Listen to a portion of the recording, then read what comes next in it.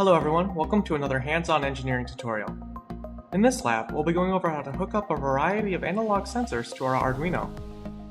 For each sensor, we'll cover how to calibrate it, set up the circuit, and output the information to the serial monitor in a useful fashion. We'll be going over 4 linear and 1 non-linear sensor in this lab.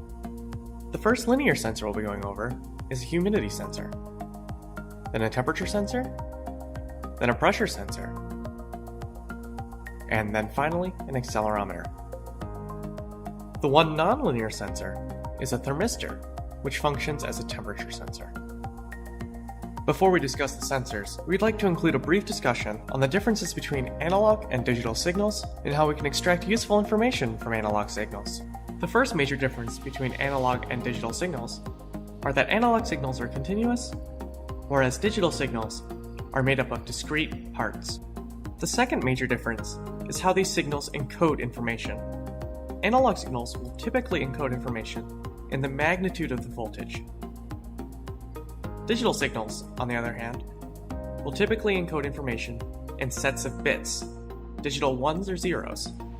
These sets can be in particular orders to represent different types of information. Commonly, these bits are used to represent some sort of numerical value. The third major difference we'll discuss is how an Arduino can use both digital and analog signals.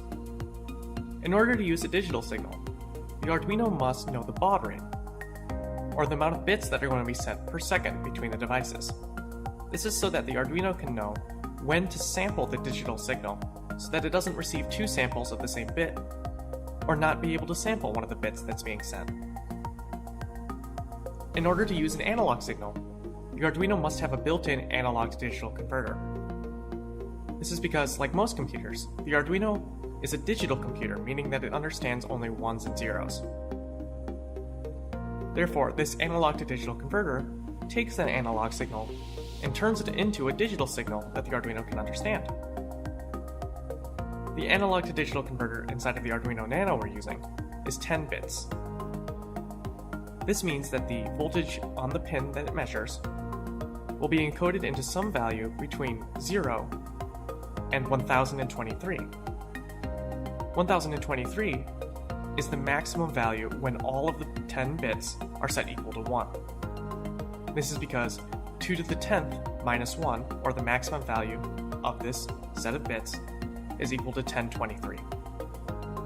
In order to get back to the voltage that was actually seen at the pin of the Arduino, it is necessary to convert that raw value by multiplying it by 5 and then dividing by 1023.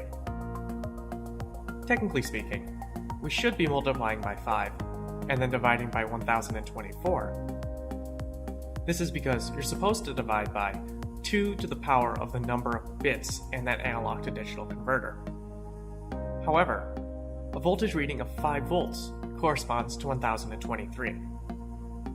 Thus, it is a little more convenient to instead divide by 1023 so that when we read in 5 volts, we actually see 5 volts in the output. In the next part of this lab, we'll actually go over each of the linear sensors and detail how we can set up our calibrations, the circuits, and then output the information to the serial monitor. See you there.